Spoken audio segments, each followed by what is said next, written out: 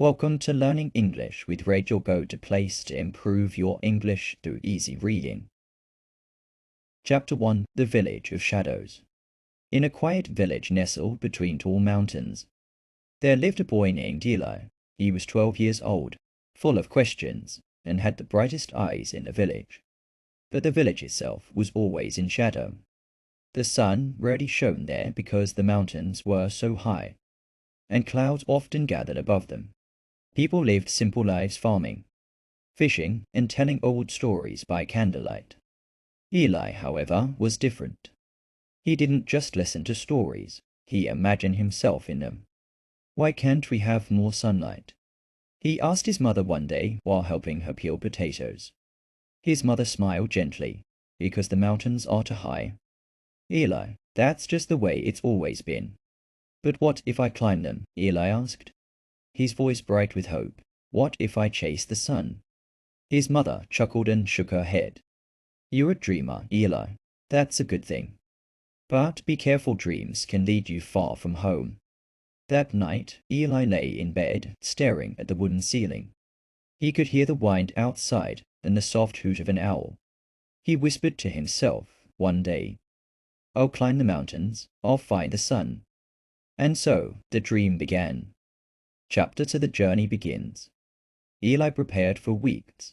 He saved pieces of dried bread, a bottle of clean water, a small map from his grandfather, and his father's old walking stick. On the morning of his journey, he left a note for his family. I've gone to chase the sun. I'll return when I've found its light. The mountains stood tall and silent before him. As he walked through the fields and into the trees, birds scattered, and the wind pushed gently against his back as if encouraging him forward. The climb was not easy, the path was narrow, and the rocks were loose, but Eli kept going. He met animals he had never seen before: a fox with golden fur, a silent owl who blinked slowly at him, and once even a mountain goat who helped him cross a thin ledge. Each night he made a fire, ate a little, and looked at the stars. They seemed closer now.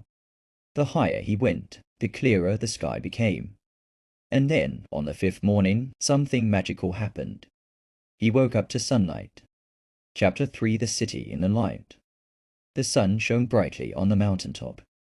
Golden and warm, Eli laughed aloud. Spinning with joy, I found it. He shouted, I found the sun. But he wasn't alone. There was a path he hadn't noticed before. It led to a place he never imagined: a hidden city bathed in sunlight. The buildings sparkled, and flowers grew everywhere: red, yellow, blue, and white sang melodies he'd never heard. People walked peacefully, wearing light clothes and warm smiles. A girl around his age saw him standing in wonder. She ran up and said, You must be new. I'm Lyra. I'm Eli, he replied. I come from the Village of Shadows. She tilted her head. You climbed all the way here? Eli nodded proudly. That's amazing, Lyra said. Come, let me show you around. As they walked, Eli saw things he didn't know existed: books that turned their pages when spoken to, water that tasted like fruit, and trees that whispered songs when the wind passed through them.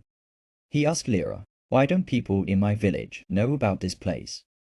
She paused. Maybe because most people don't climb. They stay where it's safe. You were brave enough to search. Eli felt proud, but also puzzled. Shouldn't everyone get a chance to see the sun? Thanks for watching.